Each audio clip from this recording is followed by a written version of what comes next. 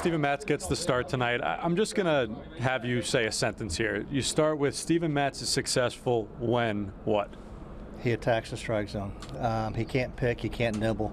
He's got to use his good stuff, attack the strike zone with all his pitches.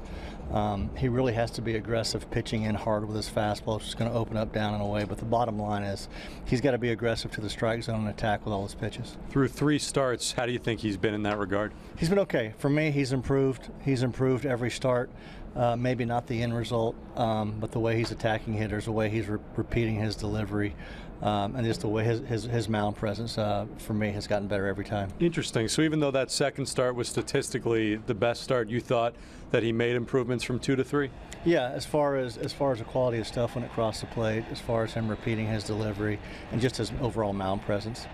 Mound presence, is that something that really needs to be worked on with guys that have had a year or two where they've struggled with injuries and stuff and kind of losing what eventually got them up here in the first place? Yeah, you have to be confident. You have to believe in your stuff. You have to trust your stuff, and you have to be convicted on every pitch.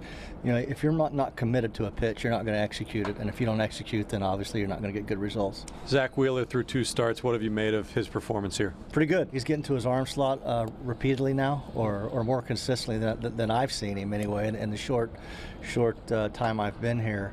But he's really worked hard on what he's needed to do to make the quality of his stuff better, command the strike zone a little bit better. He didn't have his good put-away pitch last night, his good breaking ball, especially with 2 strikes, but he continued to battle. He kept us in the game and gave us a chance to win. We saw last night that he was most effective using that fastball early in the game and then later in his start. Even though he didn't have that curveball, was the fact that he was willing to keep using it, though, and using that off-speed stuff in the middle innings what made that fastball successful at the end? Yeah, he just really couldn't, like I said, with 2 strikes or when he was ahead in the count, he really had a hard time expanding with the breaking ball. But he kept coming at you. I think just in that 4th inning when he got nicked for a couple of runs, he lost his aggressiveness a little bit, the conviction, the commitment, as I say. But he can't, we talked about it after that 4th inning, and I was really happy the way he pitched in the 5th and the 6th.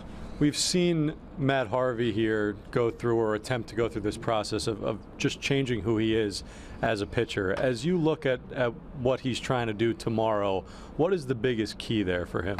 He's got to use his secondary pitches, and by that I don't mean his slider. I mean his curveball and his changeup. We've seen what Noah's done. Using his secondary pitches, and he's throwing 98, and his ball's moving all over the place. But he's most effective when he's throwing his curveball and his changeup to supplement that fastball. So Matt has to pitch the same way. But Matt, throughout his career, has been a power guy. He could get away with that upper 90s fastball and that put-away slider. Well, he's a little bit different now, so he has to evolve somewhat and start using his curveball and his changeup and kind of slow hitters down in fastball counts. And I think if he does that, we're going to see a very successful Matt Harvey. As a coaching staff, you guys have made it clear from day one that this is about performance on the field, and it's not going to be preferential treatment for any other reason. With the impending return of Jason Vargas just around the corner, do you want Matt thinking about that going into his start tomorrow? Do you want him to be driven, let's say, by potential outside forces, or do you want him strictly focusing on what he has to do? I want Matt to focus on his next pitch. That's all I want him to focus on. If you focus on this pitch and your next pitch, you're probably going to be successful.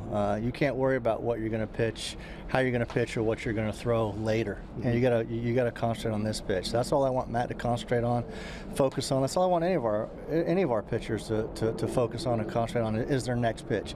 One pitch at a time, one at bat at a time, one inning at a time, one game at a time. If we do that, things are going to fall into place how we want them to. Finally, Dave, I know you and I spoke briefly about this yesterday off camera, but there seems to be this belief across Major League Baseball that with players changing their swings, there's a hole to exploit at the top part of the strike zone. Is that something that you completely agree with, though? Do you want your pitchers still attacking the lower part of the zone? Sure. I mean, and you want to elevate too. But I mean, I think the equalizer is pitching hard in off the plate. Mm-hmm. You do that, it takes hitters' aggressiveness away. People talk about launch angle and hitters going down and getting that pitch that's low and on the plate or low and away. Well, if you establish hard in off the plate, they're not going to dive out there and get those pitches. So, like I said, the equalizer is pitching hard in off the plate.